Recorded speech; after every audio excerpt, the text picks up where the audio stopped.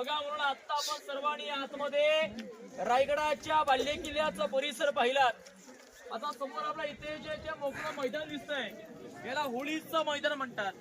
जसं आपण शिमग्यामध्ये होळीचा साजरा करतो तसंच महाराजांच्या काळामध्ये इथे मानाची होळी बुडवायची. आतमध्ये एक नारळ व्हायचा आणि जो कोणी बहादर मावळा तो नारळ आपल्या हाताने काढेल त्याला हातातला 1.25 किलो सोन्याचा कडा आणि एक मानाचा घोडा वशील व्हायचा. संभाजीराजे वयाच्या 9 वर्ष असताना त्या होळीतून आगीतून हाताने नारळ काढायचे ते म्हणजे होळीचं मैदान आहे. समोरच महाराजांची मूर्ती पाहायला मिळते, जगप्रसिद्ध मूर्ती आहे. म्हणून ही मूर्ती आतमध्ये दरबारमध्ये आली होती, परंतु मूर्तीमध्ये काही चुका निघाल्या. चुका काहीतरी ज्यावेळेस राजे सिंहासनावरती बसतात पायांमध्ये जोडे अथवा चपला बसत नाही. मूर्तीमध्ये चपला कोरल्या होत्या म्हणून या मूर्तीपणा या ठिकाणी 1974 साली इंदिरा गांधी आणि यशवंतराव चव्हाण यांच्या हस्ते इथे होळीची वंदनी केलेली आहे. वर्तक्षेत्र 2 जून 2012 संभाजी भिडे गुरुजी उदयनराजे भोसले यांच्या हस्ते नंतर बसवलेले आहे. पुढे जाताना दोन्ही साईडला पसरलेला बांधकाम पाहायला मिळतो. पूर्वीची बाजारपेठ आहे. 800 फूट लांबी, 40 फूट रुंदी आहे. इकडे 21 इकडे 22 अशी टोटल 43 दुकान आहेत. दुकाने जर तुम्ही रचना पाहिलीत तर आगे दुकान, बिझनेस स्टोरूम आणि पिछे मकान अशी रचना हाईट पाहिली तर घोड्याच्या उंचीची आहे. कारण तेव्हा लोक रुबाबदार पुरुष घोड्यावरती बसून सामान खरेदी करायचे आणि महिला या पालखीमध्ये बसून सामान खरेदी करायचे. हाईट घोड्याच्या उंची पाहायला मिळते. आणि पूर्वी संपूर्ण बाजारपेठ सांभाळण्यासाठी नागप्पा शेट्टीनाशी व्यापार होते. पूर्ण बाजारपेठ सांभाळायचे, बाजारात व्यापार पुरवायचे.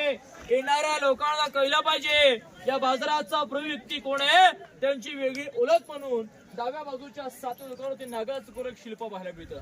बाजारपेठ पुढे गेल्यानंतर उजव्या साला गेलात, पुढे 900 मीटर चालत जाताना डाव्या उजव्या साला गेले. पहिले जाताना काही वाडे पाहायला मिळतील, ते ब्राह्मण वाडे आहेत. आणि शेवटला तुम्ही समोरच्या त्या मंदिरामध्ये जाणार आहात. पूर्ण माहिती मी सांगणार आहे. दर्शनाचं काम तुमचं असेल. पूर्ण मंदिराचा आकार लांबून पहा कसा पाहायला मिळतोय, एखाद्या मस्जिद सारखा दिसतो की नाही.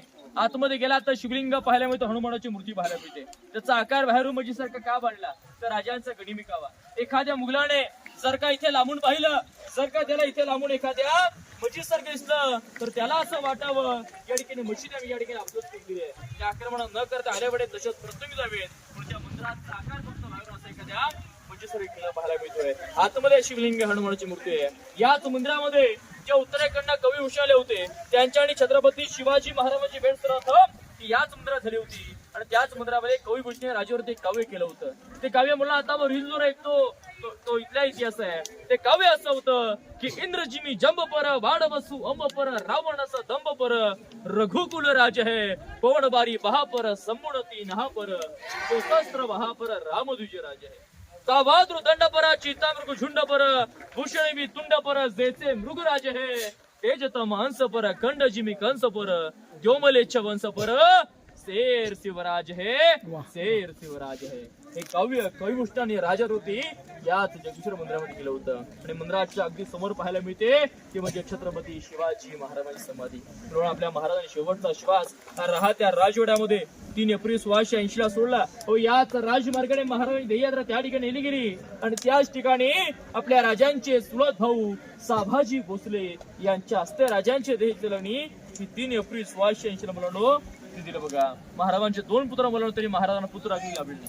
छत्रपती संभाजी महाराज त्यावेळेस फळांच्या नजरगैदेमध्ये होते. आणि राजाराम महाराज यांना गादीवरती बसवायचं होतं. आणि जो राजा गादीवरती बसणार असेल त्याने स्मशानात जायचं नसतं अथवा कोणाला अग्निदान करायचं नसतं. म्हणून त्यांचे चुलत भाऊ संभाजी भोसले यांच्या हस्ते राजांची देहचिलणी 3 एप्रिल 1680 ला त्या ठिकाणी. बघा समाजा परिसरामध्ये हा जो खालचा मेन चौथरा देखील पाहणार की नाही, ही छत्रपती संभाजी महाराज बांधले शिवरायांचे ओरिजिनल खालचा चौथरा अष्टकोनी आहे. वरचं बांधकाम नंतरच आहे. ज्यावेळेस 1818 ला इंग्रजांनी हा रायगड किल्ला उद्ध्वस्त केला त्याच्यानंतर 60 ते 70 वर्ष गणावरती कोणाचंही वास्तव नव्हतं. जागोजागी माती ढीक बनवली होती. त्याच्यानंतर 1869 ला रायगडावरती सर्वत्र महात्मा फुले आले. त्यांनी महाराजांची समाधी शोधली, समाधीचा जीर्णोद्धार केला आणि समाधीचं वरचं बांधकाम जे आहे ते 1926 साली हे नंतर पूर्ण झाले. बघा समाधीच्या उजव्या साईडला वाघ्यावतर स्मारक आहे आणि समाधी मंदिर याच्या मध्ये गेट आहे. गेटच्या एका पायरीवरती एक नावाची पाटी आहे. रायगड किल्ला त्या काळात 14 वर्षात बांधला.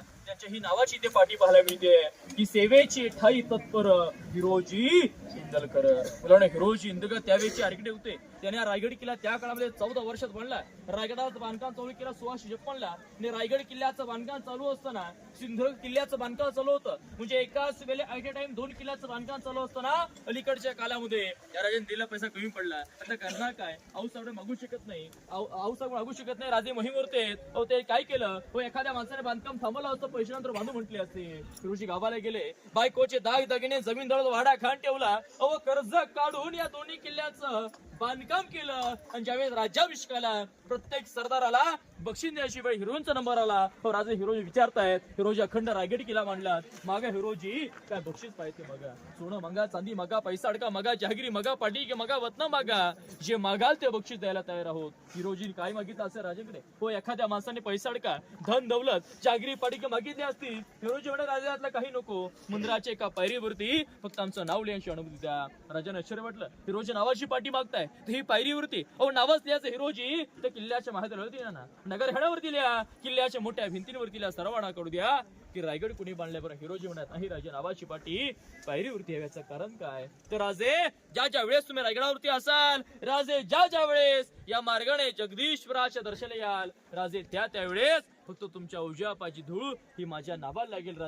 राजे तुमचा आशीर्वाद माझ्या नावावरती कायम असेल. राजे तो राजाने डोळ्यात पाणी आलो. राजूने हिरोजीवर कडकडून मिठी मारली आणि म्हणले की वा वा हिरोजी वा, अहो तुमच्या सारखी पोरं आम्हाला लाभली. म्हणून हिंदवी स्वराज्य स्थापन केलं. कल्पना करा मुलांनो, ज्याने तो ताजमहाल बांधला, त्याचे हातपाय कापले, ज्याने हा राजधानीचा रायगड बांधला, ज्या नावाची पाटीली गेली आहे. सेवेची ठाई तत्पर हिरोजी इंदलकर.